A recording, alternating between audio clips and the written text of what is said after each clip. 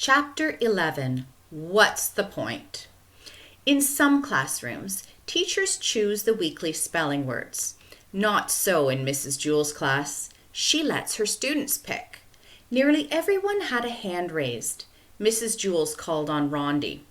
"Pistachios," said Rondi. This is why other teachers don't let their students choose the words. Mrs. Jewell couldn't spell pistachios. So she did what every teacher everywhere does in such situations. "That's an excellent word, Rondi," she said. "Would you like to come up and write it on the board?" Rondi came to the front of the room. Mrs. Jewell paid close attention as Rondi wrote pistachios on the chalkboard. "I love pistachios," said Kathy when Rondi returned to her seat. "Me too," said Allison. "They're my third favorite nut." Mrs. Jewell called on DJ. "Grumple," he said. "I don't think grumple is a word," Mrs. Jewell pointed out. "So?" asked DJ. "We should still know how to spell it." "It might become a word someday," Kathy agreed. Mrs. Jewell wrote grumple under pistachios. Joy raised her hand. "Ah," she suggested. "A what?" asked Mrs. Jewell. "Just ah," said Joy. "Don't you think that's a little too easy?" said Mrs. Jewell. "It's a very common word," said Kathy. "It's important that we all know how to spell it." Mrs. Jewell couldn't argue with that. She added ah to the list. Myron had his hand raised. "Yes, Myron?" said Mrs. Jewell. "What's the point?" Myron asked. "That's 3 words," said Mrs. Jewell. "And all good ones, too," chirped Kathy. "The cloud of doom is getting bigger every day," Myron exclaimed.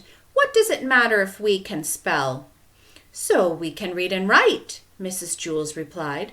"What's the point of reading?" asked Leslie. "What's the point of writing?" asked Jason.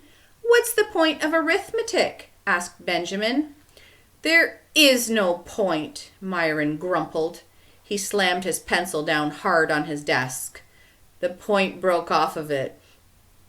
"I understand you're scared and upset," said Mrs. Jewell.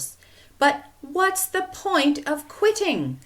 We can all just sit around and grumble, or we can try our best, cloud or no cloud. And it hasn't been all bad," Mrs. Jewell continued. "We've been getting a whole lot more nail clippings." That was true. Ever since the cloud of doom appeared, everyone's fingernails and toenails had been growing a lot faster. They had to be clipped 3 or 4 times a week. The number on the board was now 19,457. "Someday the cloud of doom will be gone," said Mrs. Jewell, "and the world will be a much better place, even better than before the cloud. Colors will be more colorful, music will be more musical, even Miss Mush's food will taste good. The bigger the storm, the brighter the rainbow." At that moment, a crack of thunder shook the classroom and then the lights went out. The children screamed. They weren't scared, they just liked screaming in the dark. Mrs. Jewell lit a candle and everyone settled down. "Now, shall we continue with our spelling?" Jenny raised her hand and suggested hope. "Excellent word," said Mrs. Jewell. She held her candle in one hand and the chalk in the other. She said the letters out loud as she wrote them on the chalkboard. H-O-P-E.